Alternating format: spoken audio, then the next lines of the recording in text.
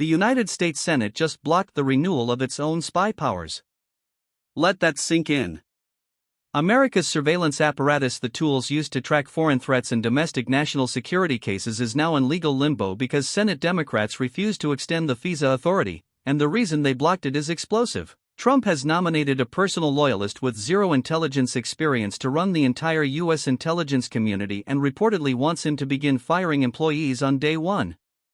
Tonight, for the first time in modern history, the United States is simultaneously fighting a hot war with Iran in the Strait of Hormuz, managing an active nuclear risk in Ukraine, and watching its own intelligence infrastructure become a political battleground. And one of the country's most respected constitutional historians is publicly warning that the military budget increase is designed not for national defense but to secure the loyalty of officers if Trump attempts to stay in power past his term. In this video, we break down who Bill Pulte is and why his nomination to lead the entire U.S. intelligence community is unlike any appointment in modern American history. We will explain exactly what FISA is, why Senate Democrats blocked its renewal, and what the real-world consequences are for national security. We will cover Senator Tom Cotton's surprising alignment with Trump on dismantling the ODNI. We will look at Senator Warren's explosive 4 a.m. Senate vote that dropped all IRS investigations into Trump and his family. And we will give full context to the constitutional warning issued by historian Timothy Snyder about the military budget and what he says it is actually designed to do. Let us build the timeline from the facts we have. On June 5, 2026, AFP reported that President Trump wants his incoming acting spy chief, described as a loyalist with no previous intelligence experience, to start firing employees. The report, which AFP attributed to sources and linked to a published article, represents a significant departure from the traditional model of intelligence leadership, which has historically been filled by career professionals or retired military officials with deep substantive expertise. The position in question is the Director of National Intelligence. The individual who oversees and coordinates all 17 operations face legal jeopardy. The blockade represents an extraordinary step, using the expiration of national security surveillance law as leverage in a political confirmation dispute. 6 Republicans also voted no on the FISA extension, according to a rare cross-aisle alignment that underscores the depth of institutional concern about the nomination. Senator Tom Cotton's position adds another dimension. According to Tom Cotton, he has long advocated for downsizing, if not outright eliminating, the ODNI bureaucracy, stating that Trump is right that it has grown far beyond its original mandate. Cotton argued these officers should return to their home agencies to focus on actual intelligence work. This gives the Trump position bipartisan institutional cover on the structural argument, even while the specific appointment of a zero-experience loyalist remains contested. Meanwhile, at 4 a.m. on June 5, according to Warren in a video statement, Senate Republicans gave the green light for the IRS to drop all investigations into Trump and his family. Senator Warren announced a bill to make this illegal and vowed to keep fighting. According to a separate Warren post, a whistleblower disclosed that the Trump administration used DOJ not just to slash government programs but was actively looking for ways to purposefully hurt people, especially immigrants. Senator Warren also asked whether DOJ's use of Social Security data to carry out Trump's immigration agenda was illegal.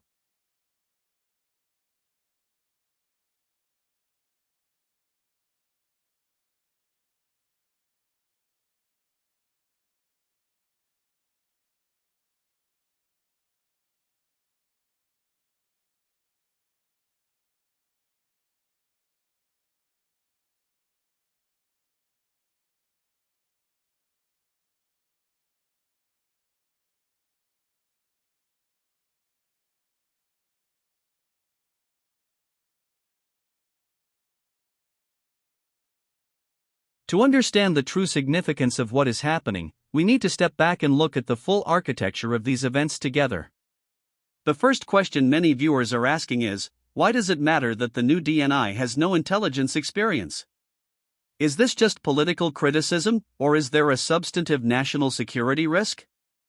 The short answer involves something more fundamental than experience. It is the question of whose interests the intelligence community will serve. The historical norm of keeping the DNI role apolitical is based on the principle that intelligence assessments, the foundational inputs for national security decisions, must be insulated from political pressure to remain accurate. A DNI selected specifically for loyalty, and tasked on arrival with firing career employees, may suggest that the administration is prioritizing control of intelligence outputs over analytical independence. Some analysts believe this is the most significant structural change to the U.S. intelligence community since the post-9/11 reforms that created the DNI role in the first place.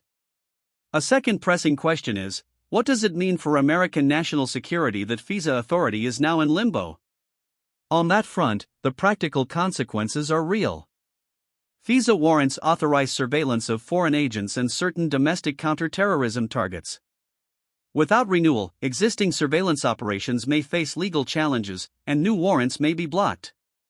The timing is acute. This is happening simultaneously with active U.S. military operations against Iran and an ongoing conflict in Ukraine, both of which generate significant intelligence requirements.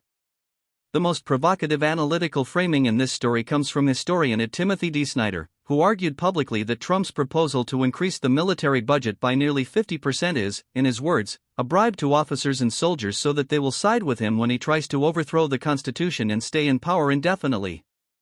This is a serious charge from a serious scholar, and it frames the ODNI appointment, the IRS investigation shutdown, and the DOJ Social Security allegations not as isolated events, but as a coordinated pattern of institutional capture. Jan LeCun, Meta's chief AI scientist, noted separately that Trump is applying political loyalty tests to federal science grant approvals, comparing it to Soviet Lysenkoist political control of research, adding another institutional domain to the pattern. Why does the new DNI's lack of intelligence experience actually matter for national security? The concern is less about the individual's resume and more about whose interests the intelligence community will serve. A DNI selected for loyalty and tasked with firing career employees may suggest political control of intelligence assessments, which historically have needed insulation from political pressure to remain accurate. Some analysts believe this may represent the most significant structural change to the U.S. intelligence community since the post-9/11 ODNI was created. What happens to national security if FISA authority is in legal limbo during an active U.S.-Iran war? Existing FISA-authorized surveillance of foreign agents and counterterrorism targets may face legal challenges without renewal. New warrants may be blocked. This is happening simultaneously with active U.S. military operations against Iran and the Ukraine conflict, both generating significant intelligence requirements. Some legal analysts suggest the lapse creates genuine operational gaps that foreign adversaries could exploit. In the United States, the FISA standoff and DNI nomination touch the daily lives of ordinary Americans in ways that are rarely discussed in political coverage. The FBI's counterterrorism operations, surveillance of drug trafficking networks, and monitoring of foreign influence campaigns all depend on FISA authority. For the millions of Americans who live near military bases, work in defense industries, or rely on federal contracts for employment, a destabilized intelligence community creates real uncertainty about the consistency of decisions that affect their livelihoods. In Europe and among NATO allies, the story of a U.S. DNI selected for political loyalty rather than professional expertise lands with profound anxiety. European intelligence sharing arrangements with the United States, built over decades through the Five Eyes Partnership and bilateral intelligence agreements, assume a degree of institutional independence and professional standards in U.S. intelligence leadership. The possibility that intelligence assessments passed to allied governments could be shaped by political considerations rather than analytical merit is a concern already being discussed in European capitals. In Russia and among U.S. adversaries, the FISA lapse and the institutional upheaval in the U.S. intelligence community is a potential intelligence windfall. Some analysts suggest the timing simultaneous with active military operations against Iran and the Ukraine conflict is strategically significant. At Atlantic Council and Timothy Snyder have separately documented Russian interference efforts in allied elections, and a weakened or politicized U.S. intelligence community reduces the country's ability to detect and counter such operations. In the broader democratic world, the events described in this story are being watched as a test case. According to posts from @Illikun, Trump is doing to science what the right accused previous administrations of doing, replacing merit with political loyalty.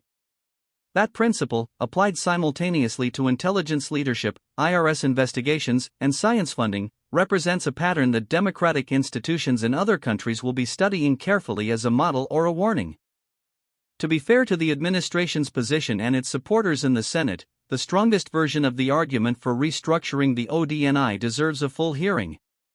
Senator Tom Cotton, not a political outsider but one of the Senate's most credentialed national security voices, has long argued that the ODNI has grown far beyond its original mandate.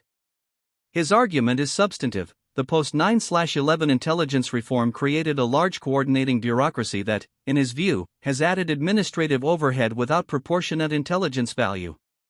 Returning officers to their home agencies, the CIA, NSA, DIA, might, in this framing, actually improve intelligence quality by reducing bureaucratic layering.